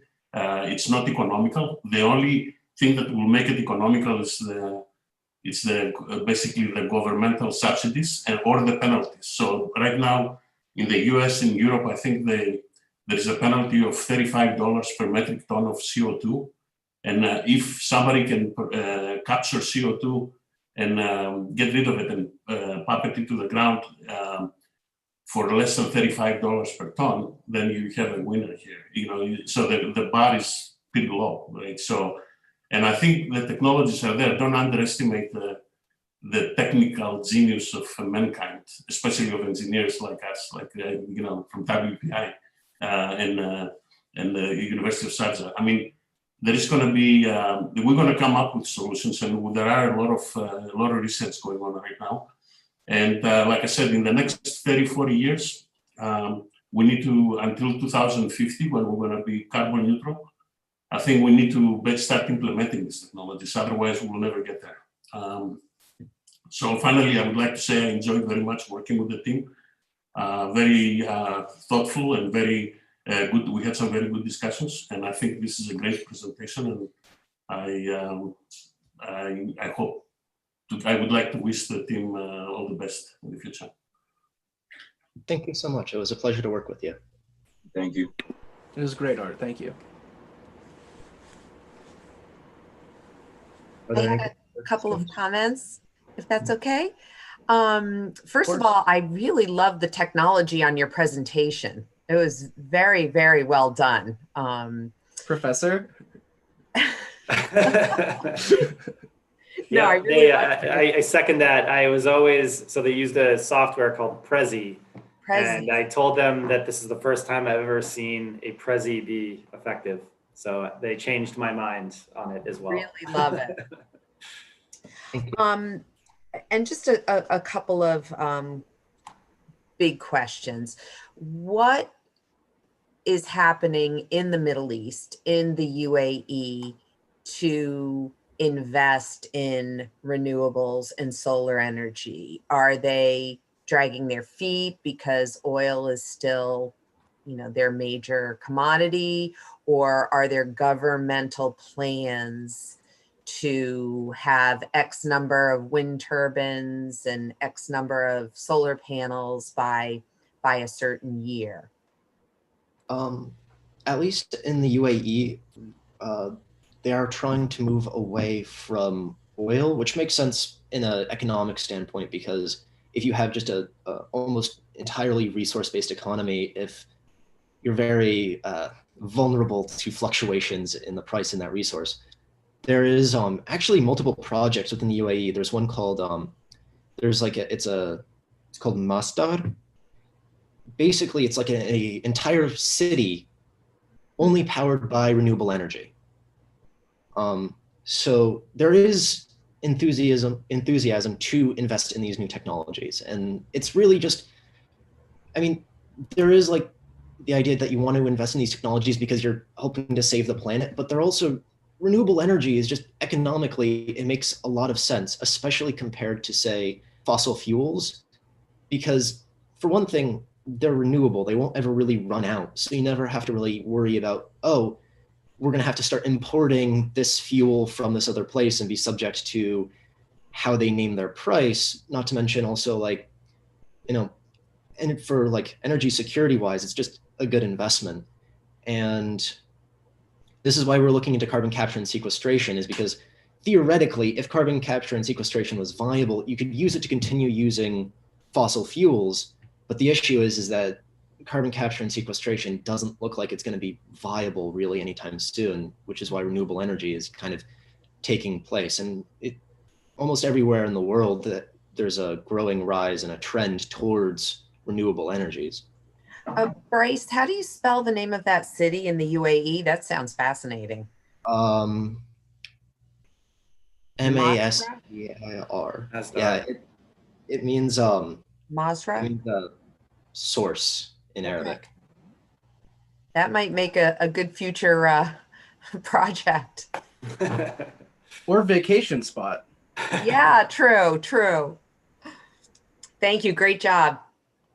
Thank you. All right, I'm gonna do the thing that I've been doing on most of the team projects now, and I actually just for each of you, just a couple of things about reflecting back on the process, where you were at when you started this project, where you are now, and thinking about the topic, thinking about the working together as a team, thinking about all of those things, reflecting back, like what are some of the things that really stand out to you?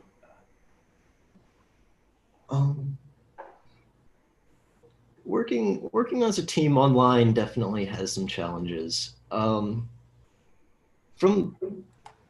It is kind of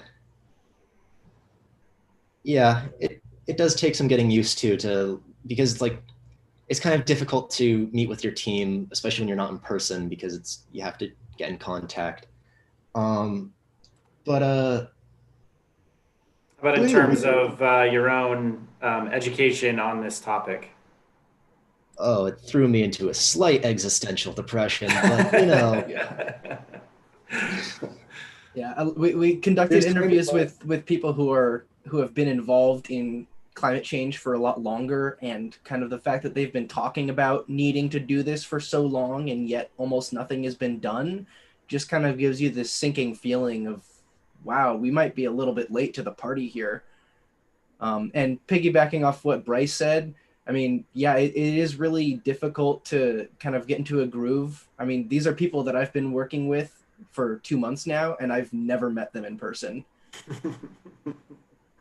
Yeah, and I think it's kind of like interesting that as we were researching, we learned a lot about what carbon capture and like the renewable energy and how all these technologies like compare to having the same goal of solving climate change, right?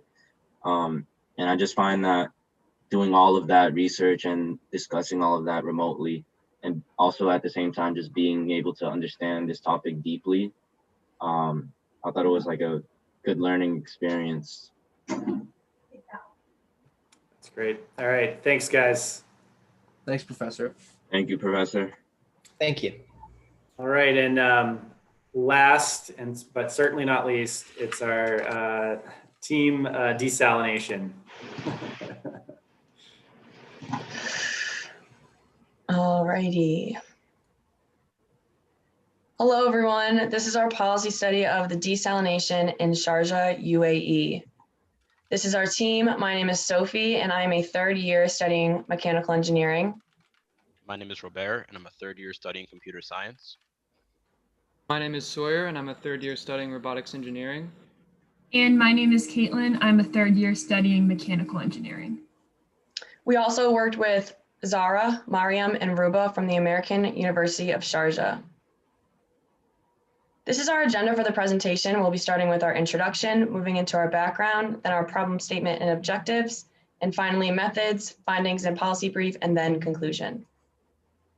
As an introduction to this problem, arid countries use desalination due to lack of fresh water. Sharjah is one of these places, and they have limited groundwater and almost no rainfall throughout the year. Desalination is the process of turning seawater into potable fresh water that can, and without it being regulated, it can be harmful to the environment. We're working with SEWA for this project, and they are a governing body responsible for providing water, electricity, and natural gas to the residents of Sharjah. In order to better understand our project, we have provided a brief overview on the Arabian Gulf, desalination, and brine. So Sharjah is located near the Arabian Gulf, also known as the Persian Gulf, with a mean depth of 35 meters. It's a shallow estuary. That's where freshwater and saltwater meet, and the Gulf connects to the Strait of Hormuz, which flows out into the Arabian Sea. The salinity is around 38 to 42 practical salinity units. The average of an ocean is usually 35. This high amount is due to the high evaporation and the low rainfall in the area. For economics, most people know it provides most of the world's oil. But before that, they lived a nomadic lifestyle with fishing and pearling. And now they rely on aquaculture, which is fish farming. For pollution, the main things are oil and gas, sea traffic, urban development, and now desalination. So as Sophie said earlier, desalination is a process that converts forms of water into their freshwater state. This is driven by many different technologies, which I will discuss with you in a moment. In the UAE, the freshwater supply is supported by three main sources: groundwater, desalination, and wastewater treatment. Groundwater sources generally supply the agriculture and forestry sectors, while desalination is responsible for supporting most of the UAE's potable resources. Some benefits of desalination are that it is culturally acceptable to drink when compared to recirculating wastewater, and it preserves existing non-renewable sources such as certain groundwater aquifers. But all types of desalination use very high amounts of energy, and they all produce brine, which needs to be disposed of. So I'll now go into some of the main desalination technologies that are being used today. Reverse osmosis is currently the global standard for seawater desalination. It is a membrane-based process that encourages water through a very thin membrane to remove the solutes. The latter two technologies are distillation-based processes, which mean they rely on a thermal source to carry out evaporation. Due to the thermal requirement, in many modern instances, desalination plants are seen in cogeneration configurations with combustion-based power plants. This works by having the desalination plant supply seawater and the combustion power plant supply heat for evaporation. This configuration allows plants to operate more efficiently than they would independently, and is one of the main reasons the UAE still relies on thermal-based facilities. Brine is the main byproduct of desalination, containing many chemicals, including the pretreatment and cleaning chemicals and the metals from the corrosion of the pipes. Because of the chemical's high salinity and high temperatures, it can be damaging to the marine environment if not disposed of correctly. One way to manage and dispose of it is zero liquid discharge, which is the water treatment process where water is recovered and the solid waste is disposed of or used for other resources. Some other processes are submerged disposal, surface water disposal, and solar evaporation. To better hone in our project, we developed the following problem statement. Sharjah is dependent on seawater desalination to provide clean drinking water to its populations. So we are assisting SEWA with the implementation of a desalination policy by developing a policy brief. This policy will help the operational and economical efficiency of desalination plants, and regulation is necessary to promote desalination as a sustainable resource and to reduce the resultant impacts on the environment. So we set out the following objectives. We will identify desalination policies from around the world and then compare and contrast these policies through expert surveys. Once we have this data, we will develop a desalination policy brief for SEWA. And here's how we'll do so. We developed the following methodology. Step 1, we interviewed and identified experts here at WPI to form initial survey themes surrounding topics of desalination. Once we had these themes, we searched for policies and guidelines from around the world and translated a policy we received from SEWA with the help of our AUS students. Next, step 3, these policies and guidelines were then sectioned by the themes and placed into surveys for data collection. Step 4, we then contacted over 500 experts in various fields to participate in our surveys. We also sent out a website, as you'll see on the right here, where they could view the surveys and learn more about our project. These surveys were analyzed for suggestions and recommendations once we got them back on the various themes. And step 6, the recommendations were used to develop a policy brief on desalination for SIWA. So we will now discuss some of our findings and recommendations to SIWA that come from our final policy brief. First, this list of general desalination policy themes was made using keywords from the transcripts captured in the first round of interviews. These 7 themes were used to make our surveys and now operate as an overview for our following discussion of policy recommendations to SIWA. One of our largest findings was the preference of reverse osmosis over distillation or thermal based. As we can see on the graph on the right there, we asked experts to rank the negative environmental impact of distillation, and so a lower score is better there because we asked them to rank the larger negative impact. And then same for economic cost, we asked them to rank the larger or greater economic cost, and again, reverse osmosis scoring better there with a lower score. New advancements in RO have produced polymer membranes that can tolerate high salinity and temperatures, as one expert noted. And this is important because previously arid regions have pointed to the resilience of distillation technologies in high summer temperatures, but it seems like new advancements in RO have defeated this problem. And another large benefit is that RO can be linked to renewable energy sources, while distillation still relies on heat from thermal sources. Moving on to the economic impact, thermal desalination is much less energy efficient and is thus a greater economic cost. This is because energy costs money and it uses more energy, And as SIWA transitions to renewable energy, one expert noted that these distillation investments will become extremely poor economically. Lastly, in terms of economic impact, because thermal desalination requires an energy source, it inhibits the diversification of water and power sources, as Sori will expand on in a little bit. In the long run, the choice of desalination can have an everlasting effect on the environment.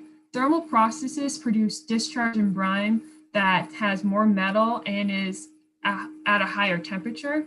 This in the long run will affect marine life and it will raise the seawater temperature around it. And if Sharjah wants to transition to a carbon neutral state, then we recommend transitioning away from thermal processes that will inhibit this progress. We will now go over our recommendations for desalination facility input, the largest intake being the energy consumption of these facilities.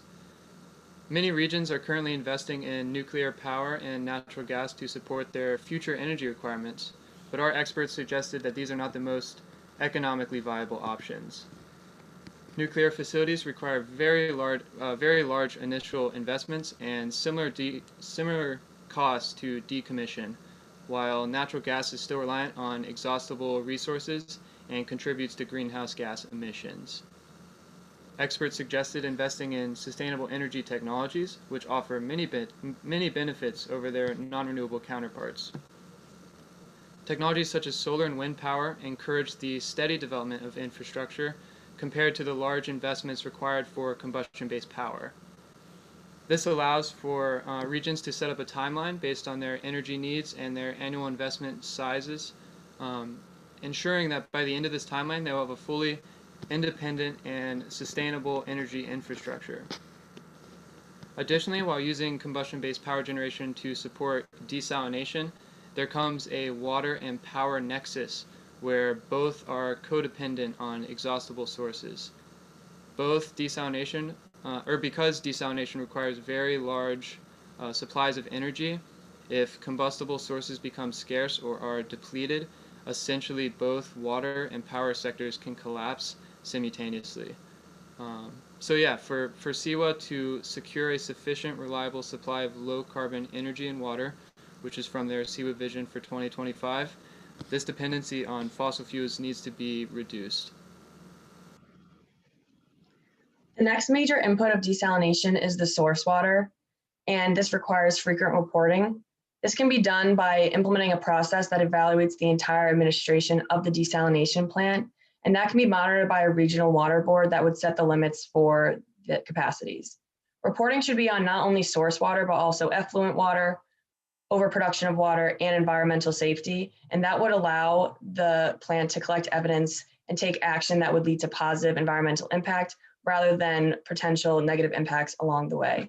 Additionally, there should be further research on ship movement impact on desalination intake plants.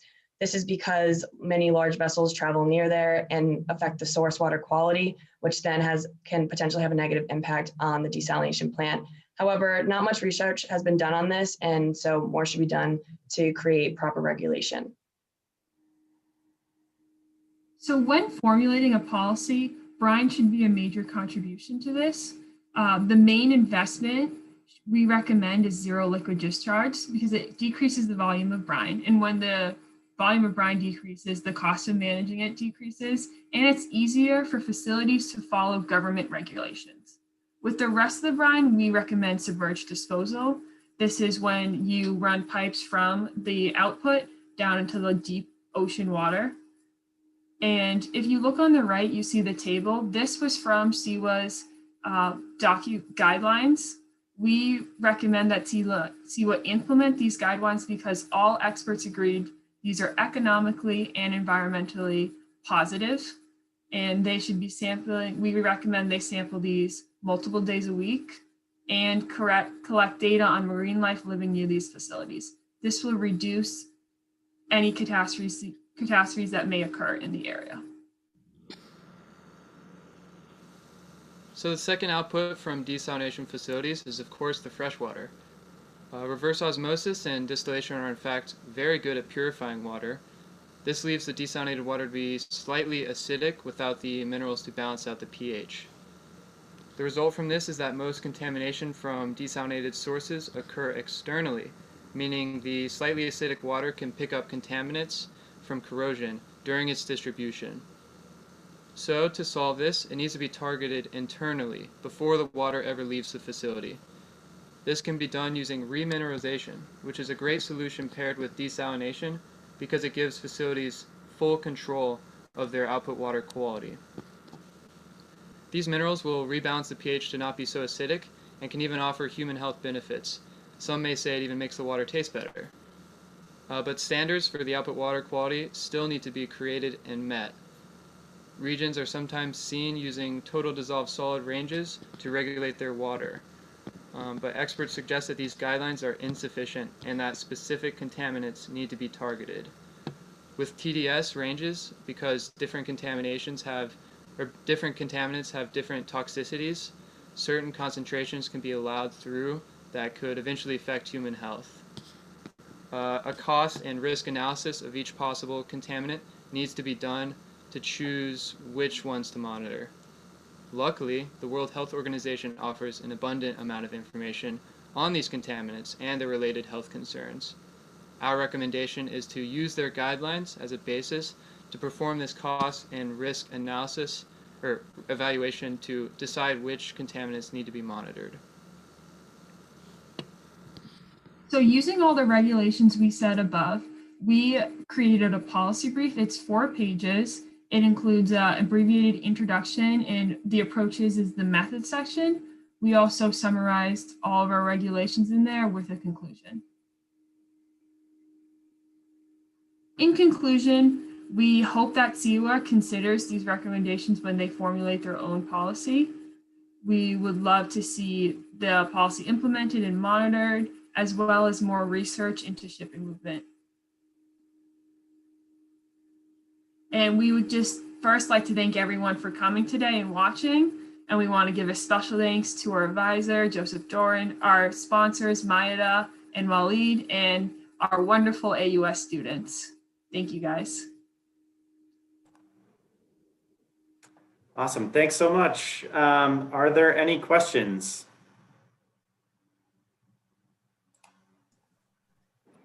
Hello, desalination team. This is Mayada Bardan talking. Well done. I enjoyed, listening to the presentation, and hoping that SIWA will really apply in the near future the policy framework. And not only SIWA, we need also to collaborate with other governmental utilities in Sharjah, like the municipality, like the environmental authorities, to apply and monitor the seawater quality nearby the brine outfall and nearby the freshwater intake. So thank you, and looking forward to go through the documents, and well done. Thank you, Mayada. Thank you. Thanks so much, Mayada. Yeah. You're welcome. Thank you very much. Are there any other questions or comments for the team? I would like to apologize for sneezing. The look on your face when you realized you weren't muted was one of the best things. My webcam is not being turned back on. I just have a couple of comments. First of all, Maeda, thank you so much. We so enjoy working with SIWA and the AUS students. Desalination is such an important project globally. I'm curious about, it's very expensive to do the desalination and the reverse osmosis, but how costly is it to do the remineralization? So yeah, Well, we weren't able to do a whole lot of research on that.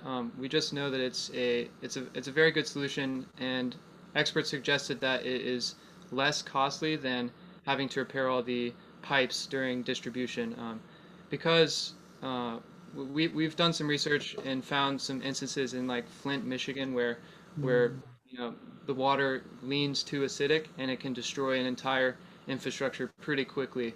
So our experts suggested to us that the cost of remineralization will over time, even out from preserving your infrastructure. Yeah, so Flint, Michigan was actually brought up in one of our interviews. We had a discussion on it. So a lot of people don't know that it wasn't the water source having the lead in it. It was actually the water was too acidic, and with the old pipes, it corroded them and the lead got into the waters. And if you can see, the government had to spend millions of dollars funding the people and the public. So you can always tell the cost of adding minerals is much lower than trying to fix the problem later on. Very good. Did you talk with Professor Natalie Farnay at WPI? She has a very interesting project regarding Flint, the Flint problem. That's right. Great job, everyone. Yeah, great. So I'm going to ask you the reflection question, and thinking back through the experience. So what are some of the big things that you think you learned, or that you're ignorant about to start, and looking at where you are now? I think for myself, I was a little bit ignorant about the urgency of and how important desalination is to the countries that require it. As we learned, SIWA and Sharjah has these desalination plants, and if they're inoperable for even a few hours, that can lead to a shortage in water within a few hours.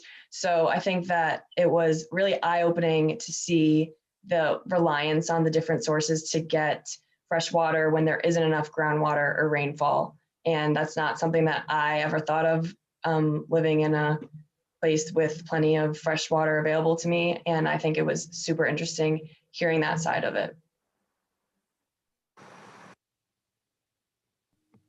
I think we're ready to go into business or like start a startup whenever it happens, because we had to push the surveys hard. We had 7 surveys and all of them were 15 minutes long, and getting people to sit down and not just open the survey, but start the survey and take it was definitely eye-opening how many emails we had to send.